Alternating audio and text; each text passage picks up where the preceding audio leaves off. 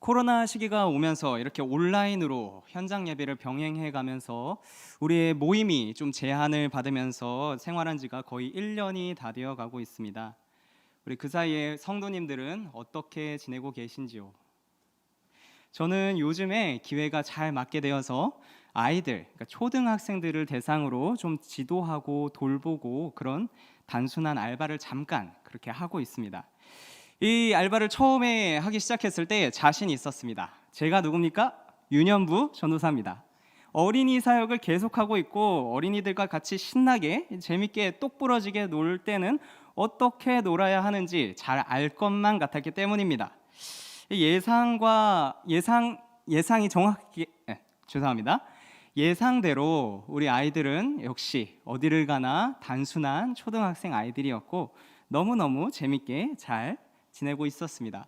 그런데 시간이 몇 주 흐르면서 이것이 이제 쉽지만은 않다라는 것을 느끼고 있는 요즘입니다. 무엇이 그렇게 힘드냐? 지금같이 재미있고 놀고 친해지는 것은 쉬웠습니다. 하지만 오늘 그렇게 재미있게 놀고 헤어지면서 이 아이들이 하는 한마디 한마디가 저를 이렇게 지치게 할 줄은 몰랐습니다. 그 한마디는 다름이 아니라 이것입니다. 선생님, 우리 다음에 또 놀아요. 나름대로 잘 하고 있다고 생각했는데 어쩌다가 다른 일이 겹쳐서 그 약속을 지키지 못하거나 아니면은 그 친구와 라이벌 관계에 있는 다른 친구랑 같이 노는 모습을 보여주거나 하면은 뭐 제가 피곤한 날이 있어서 좀 이렇게 탐탁지 않게 충분히 놀아주지 못할 때는 이것이 불씨의 씨앗이 됩니다. 이 아이들 입장에서 보면 나한테 다 맞춰주고 나에게 모든 것을 줄 수 있을 것처럼 와서는 나랑 함께하는 행복한 시간을 보내놓은 것처럼 나한테 와서는 금방 배신한다는 것이지요. 제가 편애하는 것도 아니고 조금만 있으면 다시 그 아이와 재밌게 함께 사랑하며 놀 텐데 그 아이의 입장에서는 그 시간을 참지 못하고 이 억울한 마음이 드나 봅니다. 하지만 저에게는 동시에 이런 확신이 듭니다. 이 아이들이 조금만 더 자라나면 아주 조금만 더 자라나면 나도 똑같은 상황에 처했을 때 별 수 없구나라고 체념하게 된다는 것입니다. 당연한 것입니다. 사람은 누구나 한계가 있고 내가 한 사람만 만날 수는 없고 또 한 사람이 모든 것을 다 가지고 있을 수도 없고 오늘만 사는 것처럼 아무런 계획 없이 뭐 내일 놀 것까지 오늘 다 끌어서 이렇게 생활하는 것은 불가능하기 때문입니다. 이 마음으로는 벌써 다 해주고 싶은데 이 현실이 그렇지 못하다는 것이지요. 참 이런 의미에서 한 사람을 낳으시고 기르시고 어르고 달래가면서 사랑하시고 또 책임까지 지시는 우리 장년부 학부모님 부모님들의 참 큰 수고는 존경받아 마땅하다고 생각이 듭니다. 감히 제가 상상을 해보건대 부모님의 사랑은 정말 전 세계적으로 존경을 받고 있는 만큼 어마어마하고 아름다운 것이라는 생각이 듭니다. 이 한 사람을 사랑하고 기르는 것이 그만큼의 큰 노력과 수고와 에너지와 시간 등등을 투자해야 함을 의미하기 때문입니다. 오늘 우리가 살펴본 성경 말씀은 사람을 사랑하고 세우시는 하나님의 이야기입니다. 이 지난 시간 우리 스가랴 3장 앞부분을 다루면서 우리는 하나님의 사랑 때문에 정결케 되었다라고 살펴보았습니다. 내가 더러운 옷을 입고 있었을 때 사단이 그런 나의 약한 모습을 어떻게 또 알고 나를 고소할 때 내가 형벌을 받지 않은 것은 다른 것 때문이 아니었습니다. 오직 한 가지, 하나님께서 나를 사랑하셨기 때문이었습니다. 이 3장 2절에 보면 불의 더러운 여호수아의 모습을 보고 하나님께서는 불에 그슬린 나무라고 말씀하십니다. 참 너를 보니 이곳저곳 많이 탔구나. 너의 약함과 과거의 상처를 다 안다라는 말씀이시죠. 그렇게 다 아신 하나님께서 여호수아를 추스려 주시고 껴안아 주십니다. 이 사단이 공격을 못하게 막고 또 깨끗한 옷으로 갈아입혀 주시고 머리에 관을 씌워 주십니다. 왜 굳이 이렇게까지 해주십니까? 하나님이 어떤 게 아까워서 지금 여호수아를 이렇게 깨끗게 하여 주십니까? 사랑하기 때문입니다. 다른 걸로는 설명할 수 없습니다. 오늘 우리가 읽은 성경의 말씀은 그 이후의 이야기를 보여주고 있습니다. 그렇게 여호수아는 하나님의 사랑을 받고 정결해지고 하늘나라에서 오래오래 행복하게 살았더라라고 하는 것이 아니라, 하나님이 왜 그렇게 여호수아를 사랑해 주셨는지, 그리고 그 이후에 하나님의 사랑을 받은 여호수아는 어떠한 모습으로 변해가기를 원하시는지의 모습이 오늘 말씀에 그려져 있습니다. 이 하나님의 청사진입니다. 6절에 보면 여호와의 사자가 여호수아에게 증언하였다라고 하며 말씀이 시작되는데요. 원래 이 말씀은 증언하였다라고 하는 이 말씀은 단순히 누가 누구에게 이렇게 얘기했대라고 전달해 주는 것뿐만이 아니라, 이 법정이나 아니면 토론회 장에서 내 선언은 내가 혼자서 생각해낸 것이 아니다, 어떤 사람의 권위에 근거해서 이렇게 말한다라고 강력하게 말하고 싶을 때 쓰는 강조형입니다. 이어지는 하나님의 사랑이 어디까지인지 보고 살펴보며 은혜 받기를 원합니다. 먼저 첫째로 하나님의 목적에 대해서 살펴보도록 하겠습니다. 우리 7절 같이 읽도록 하겠습니다. 만군의 여호와의 말씀에 내가 만일 내 도를 행하며 내 규례를 지키면 내가 내 집을 다스릴 것이요 내 뜰을 지킬 것이며 내가 또 너로 여기 섰는 자들 가운데에 왕래하게 하리라. 아멘. 이 이야기의 주인공으로 나온 여호수아는 원래 대제사장입니다. 대제사장이 어떤 사람이냐? 하나님의 율례와 법도를 지켜 행하면서 성전을 지키고, 그리고 다른 사람들, 우리 이스라엘 사람들을 대표로 해서 하나님을 대면하고 하나님께 예배 드릴 수 있는 그런 역할을 해야만 하는 사람입니다. 우리 7절은 여호수아가 다 이렇게 망치고 하나님 앞에 준비되지 못한 모습으로 어렵게 더럽게 되고, 그래서 사단에게 폭로당해서 그렇게 폭삭 망해서 왔는데 다시 제사장으로 세워주시고 원래 해야 하는 일을 여호수아에게 다시 부여하시는 그런 장면입니다. 이전의 실패에도 불구하고 다시 하나님의 집인 온 세상을 다스릴 권위를 주고, 하나님의 뜰, 하나님의 처소를 또 지키고, 그리고 내가 정말 하나님 앞에서 자유롭게 왕래하도록 하겠다라는 것입니다. 우리 성도님들은 늘 그러고 계시겠지만, 우리 하나님의 뜻을 내가 정말 지키고 있구나, 하나님의 나라의 영적 제사장으로서 내가 하나님의 앞에서 왕래하고 있구나라고 깊이 묵상하신 순간을 한번 떠올려 봅시다. 말씀을 알고 있는 게 아니라 이 스가랴 선지자 당시에 그랬던 것처럼 하나님의 뜻을 위해서 핍박도 감수할 수 있고, 그리고 도저히 무슨 일이 있어도 하나님의 말씀을 지키는 것만은, 기도를 쉬는 것만큼은 포기할 수 없는 그런 하나님의 사랑에 이끌려서 살았을 때의 우리의 모습을 한번 생각해 봅시다. 특별히 하나님 앞에서 왕래한다라는 것은 모든 사람이 보는 가운데서 공개적으로 왕래하는 것을 의미합니다. 즉, 내가 하나님과 교제한다는 것을 다른 사람들도 아는 상태입니다. 그냥 저 사람 교회 다니는 사람이야가 아니라, 저 사람은 하나님과 소통해, 저 사람은 하나님의 집을 다스리는 사람이야 라고 주변 사람들도 그렇게 아는 정도입니다. 제가 군대에 있었을 당시에 군종 목사님, 그러니까 군대 목사님께서 재밌는 이야기를 해주신 적이 있는데요. 그분이 언젠가 투스타 사단장님을 만나서 이야기할 기회를 얻었다고 합니다. 이 군인이었을 때는 누구나 그 투스타를 만났을 때 긴장하고 왠지 재밌는 얘기를 해서 무료함을 달래드려야 될 것 같은 그런 긴장감에 누구나 휩싸이게 되는데요. 그분 입장에서 보면 자기는 장교이긴 하지만 상대적으로 뭐 이렇게 전시체제 작전 그런 거에 대해서 아는 것도 없고 무슨 이야기를 하나 좀 곤욕스러울 때가 있었다고 합니다. 그러다 머리에서 한 수가 생각났는데요. 사단장님이나 그분이나 목사님이나 한 가지 공통점이 있었다고 합니다. 그것은 바로 싸우면 이기는 군사를 만든다라는 공통적인 일을 하는 사람이라는 것입니다. 이 군인을 딱 보면, 누구든지 군인을 딱 보면 저 군대가 전쟁이 났을 때 싸워서 이길 수 있을지 없을지 감이 옵니다. 하물며 하나님과 교제하는 사람이야, 하나님의 집을 지키는 사람이야 라고 인정받는 사람은 영적 전투에서 어떻게 승리할 수 있겠습니까? 우리 실제 모델을 보며 생각해 보면 좋을 것 같습니다. 누구나 이 사람은 하나님과 교제하는 사람이야 라고 인정을 받았던, 하나님 마음에 합한 사람이었던 다윗은 어땠습니까? 우리 노래로도 잘 알려진 시편 8편에서 다윗은 이렇게 말합니다. 우리 같이 한번 읽도록 하겠습니다. 여호와 우리 주여, 주의 이름이 온 땅에 어찌 그리 아름다운지요, 주의 영광이 하늘을 덮었나이다. 안 봐도 알 수 있습니다. 이미 이겼죠. 이 사람의 영적 싸움을 싸우면 지겠습니까? 볼 것도 없습니다. 이겼습니다. 다윗은 온 세상에 편만하게 퍼진 그런 하나님의 사랑과 영광을 노래합니다.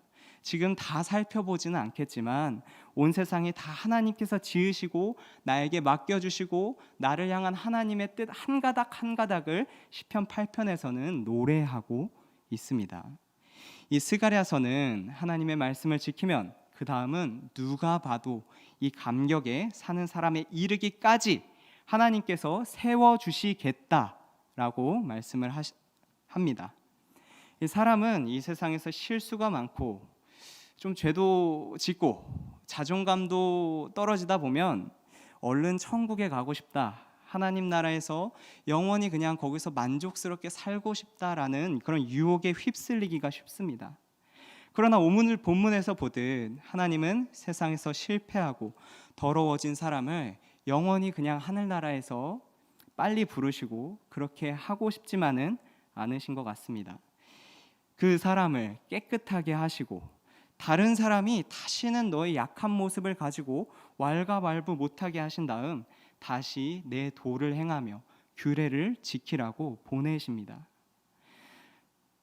성도님들에게 처음 영적 제사장으로서 주신 그 따뜻한 소명을 이어나가게 하시지요. 뒷부분에 한 번 더 나오겠지만 혹시 성도님들이 이렇게 지내시다가 뭔가 잘 해보려고 좋은 마음으로 나섰다가 이건 내가 하겠다라고 했다가 이 끝이 안 좋아서 상황이 꼬일 대로 꼬여서 너무나 창피해서 내가 더 이상 너무 죄송스러워서 무슨 낯짝으로 저 사람 앞에 서나 교회에 나갈 수 있나 그런 미안한 마음에 그 자리를 떠나신 분이 계시다면 하나님은 그런 성도님들을 향해 분명한 계획을 갖고 계십니다. 세상이 다 아름다워 보일 정도로 그 아픔을 치유하게 하실 것입니다. 그리고 다시 마음을 다해서 말씀을 다해서 하나님 말씀에 충성하게 회복시켜 주실 것입니다. 다시 섬김의 자리로, 다시 하나님의 사랑을 배워 나누는 자리로 성도님들을 보내실 것입니다. 우리 말씀에 마음을 두고 지킴으로 이런 은혜 받는 성도님들이 되시기를 소망합니다. 둘째로 이 목적을 이루기 위해서, 하나님의 목적을 이루기 위한 방법을 스가랴는 이야기합니다. 사실 우리가 말씀만 지킨다고 해서 깨끗하게 되는 것은 아닙니다. 만약 예수님께서 가만히 계셨더라면 말입니다. 8절에 보니 여호수아와 여호수아 앞에 있는 사람들을 예표의 사람들이라고 말합니다. 그러면서 거기서 내 종, 내 싹을 나게 하신다라고 얘기하십니다. 이 옛날 성경 10년도 더 전에 된 그 옛날 성경에 보면 내 싹을, 내 순을 나게 하겠다라고 말합니다. 이 종, 순, 그리고 뒤에 나오는 그 구절의 돌까지 해서 이것은 다 예수님을 의미합니다. 그래서 잠깐 이제 다른 이야기를 하자면 순이 예수님을 의미한다는 것을 착안해서 어떤 단체는 자기의 조직 이름을 좀 독특하게 짓기도 합니다. 저는 고등학교를 수원에서 다녔고 한 미션 스쿨로 다녔습니다. 거기에는 이제 기독교 동아리가 있었는데 소모임 조직 구성을 순, 누구누구 순, 누구누구 순 단위로 해놓는 것이 참 기억에 남습니다. 이 신강교회 1-1 목장, 2-2 목장, 3-3 목장이 있는 것처럼 말입니다. 제가 속했던 동아리 모임뿐만 아니라 기독교 모임에선 간간히 소모임을 순이라고 부르는 곳이 있는데요. 처음에는 이게 굉장히 의아했습니다. 아니 여기가 무슨 유치원도 아니고 우리 반 이름을 새싹 1반, 새싹 2반 그렇게 해놨을까? 뭐 이런 경우가 다 있나 하고 의아해했었지요. 하지만 그 취지는 명료했습니다. 바로 이 말씀 때문에 그렇습니다. 우리 단체는 누구에게 속하였다? 순, 예수님께 속하였다. 우리 단체는 누구를 바라보며 산다? 순, 예수님을 바라보며 산다. 우리는 누구를 목표로 한다? 예수님을 따라서 성숙해짐을 목표로 한다. 우린 누구 때문에 산다? 예수님 때문에 산다. 백문일답으로 그것에 대한 해답이 되는 것입니다. 이 외에 성경에는 그러니까 자라나는 조그만 새싹을 예수님에 비유하게 되었을까요? 옛날에는 과학기술이 발달하지 않았기 때문에 다 메마르고 어떻게 보면 좀 죽어있는 것처럼 보이는 나뭇가지에서부터 새로 나오는 이 새싹이 굉장히 신기하고 신비롭게 느껴졌었나 봅니다. 이 싱그럽고 활기차고 촉촉하고 그런 것과는 전혀 거리가 먼 그런 씨앗이나 가지에서부터 아주 작게 시작했지만 이 별거 아닐 줄 알았는데 그 가지가 마침내 꽃도 피우고 열매를 맺는 데까지 자라나기 때문입니다. 아무것도 아닐 줄 알았는데 엄청난 열매를 맺는다라는 것이죠. 9절에 나온 돌도 이러한 취지입니다. 돌에 보면 7개의 눈이 달려있다라고 나와 있는데 이 성경에 보면 가끔씩 이렇게 눈이 많이 달려있는 천사나 생물이나 동물이 나올 때가 있습니다. 이게 무엇이냐? 쉽게 말하자면, 단순하게 얘기하자면 요즘의 CCTV와 같은 느낌으로 이 세상의 모든 것을 다 알 수 있고 그 앞에선 어떤 것도 숨길 수 없다, 그런 모티브에 하나님의 권능을 가진 그런 생물이다, 그런 존재다라는 것을 의미합니다. 마찬가지로 돌에 눈이 많이 달려있다는 것은 하나님의 권능을 가졌다고 상징적으로 드러내는 것입니다. 거기에 새길 것을 새기며 죄악을 하루 만에 다 없애신다. 이분은 예수님이시지요.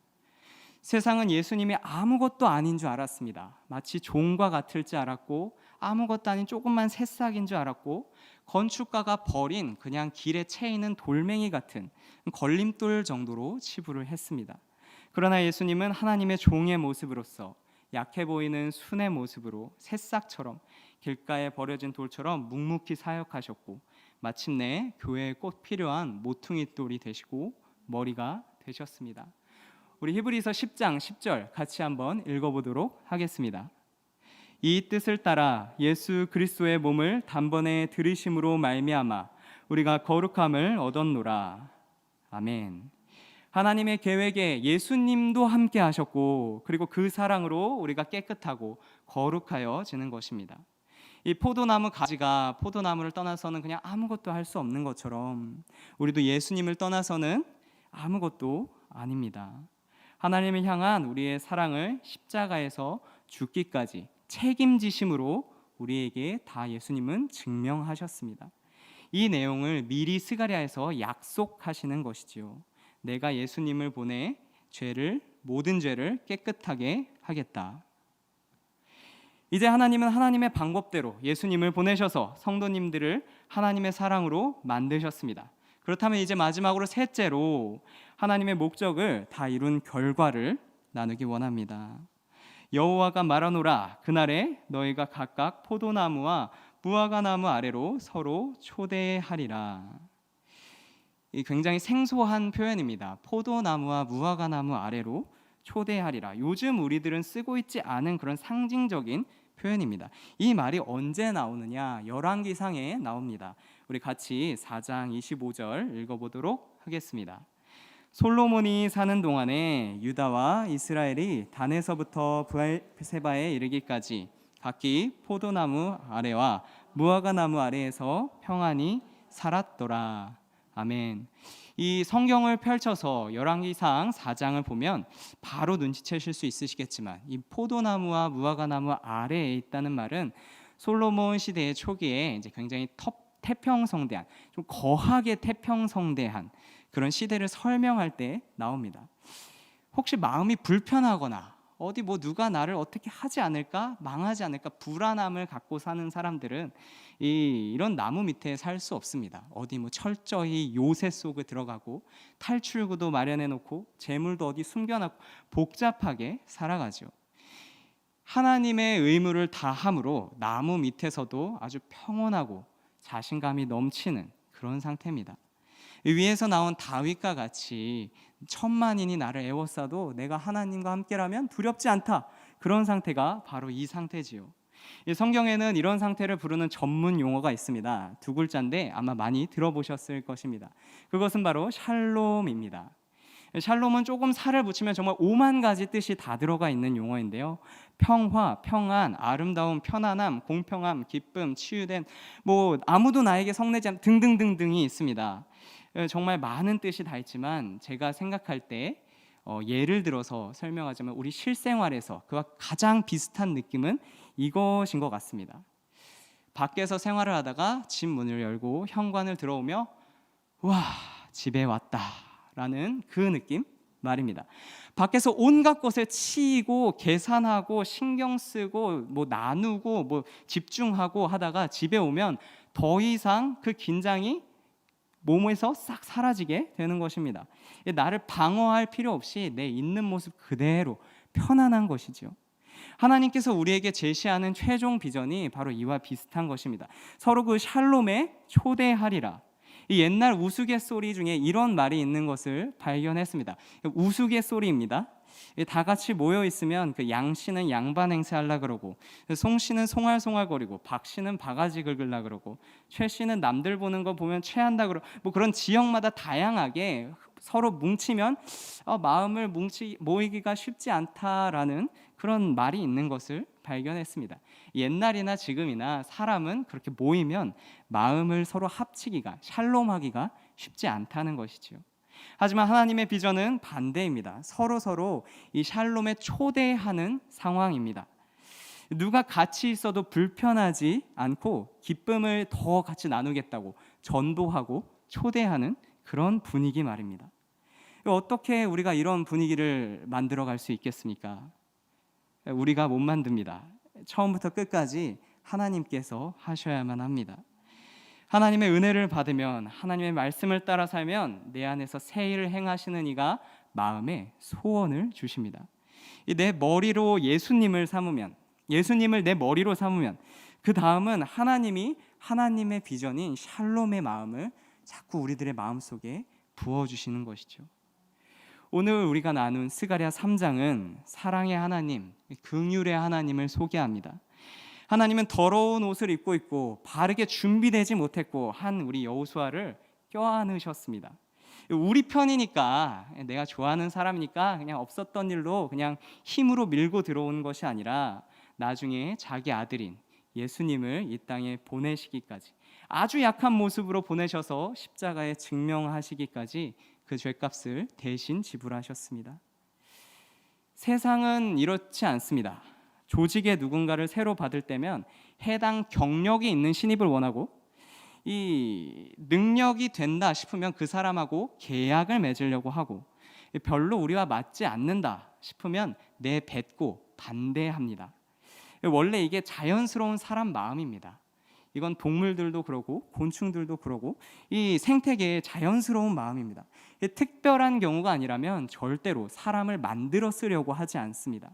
그러나 우리 서두에 말씀드렸던 것처럼 딱 한 가지 예외가 있습니다. 그 대상을 사랑하면 대가 없는 전폭적인 지원을 해준다는 것입니다. 그 대상을 사랑하면 일단 달려듭니다. 내가 능력이 있든 없든, 계획이 있든 없든 일단 달려들어서 최선을 다하죠. 우리 아들, 딸 좋은 사람으로 키워내야겠다는 정말 보기만 해도 존경스러운 부모님의 사랑을 보면 이런 힘을 느낍니다. 그런데 참 안타깝게도 사람에게는 한계가 있어서 나는 잘한다고 생각했는데 이 성에는 만족스럽지 못할 때가 찾아오기 마련입니다.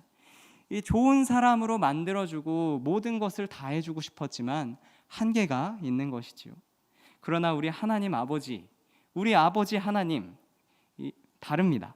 죄와 사망으로 다 죽어가는 사람을 불러서 너는 하나님의 사람이다 말씀해 주시고 사랑하겠고 내가 너를 쓰겠다 하시고 성공하십니다.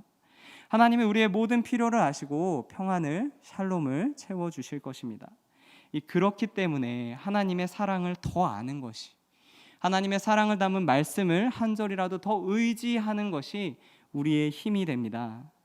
스가랴가 살았던 당시의 시대의 사람들은 자기들 안에서 더 이상 소망이 없는 것처럼 느껴졌을 당시의 사람입니다. 이 불안했던 사람들입니다. 오랜 기간 남의 나라의 포로로 끌려갔다가 드디어 고향 땅에 돌아왔고 이제 좀 성전을 지으면서 하나님과 같이 사나 보다 했더니 자꾸 주변 민족들이 정치질을 합니다. 뭐가 잘 안 됩니다. 그래서 하나님의 성전을 짓는 공사도 중단이 됩니다. 이 불안하죠. 나는 안 되는 건가? 우리 안에 샬롬은 없는 건가? 하나님은 우리를 다시 쳐다보시지 않는가? 우리에게 미래는 없는 것인가? 그런 사람들을 두고서 스가랴는 하나님의 말씀을 선포합니다. 그 소망을 하나님께 두라. 하나님이 보증하시니 하나님의 도를 향하여 율례와 법도를 지키자고 말입니다. 오늘 드리는 이 예배 속에서 그리고 이후에 이어지는 진솔한 기도 속에서 우리는 하나님의 사랑을 더 잘 이해하기 원합니다. 나를 여기까지 보내신 하나님의 사랑은 분명한 목적이 있습니다. 여호수아를 버리시지 않으고 불에서 부슬린 것 같은 여호수아를 안아주시는 것처럼 다시 사랑으로 세워주신 것처럼 하나님은 우리 성도님들을 사랑하십니다. 세상은 사람들을 만들어 쓰시지 않지만 하나님은 성도님들을 사랑하심으로 다시 만들어 쓰실 것입니다. 이 보증된 행복의 길에 성도님들께서 자신감을 갖고 신앙을 지키시기를 소망합니다. 기도하도록 하겠습니다.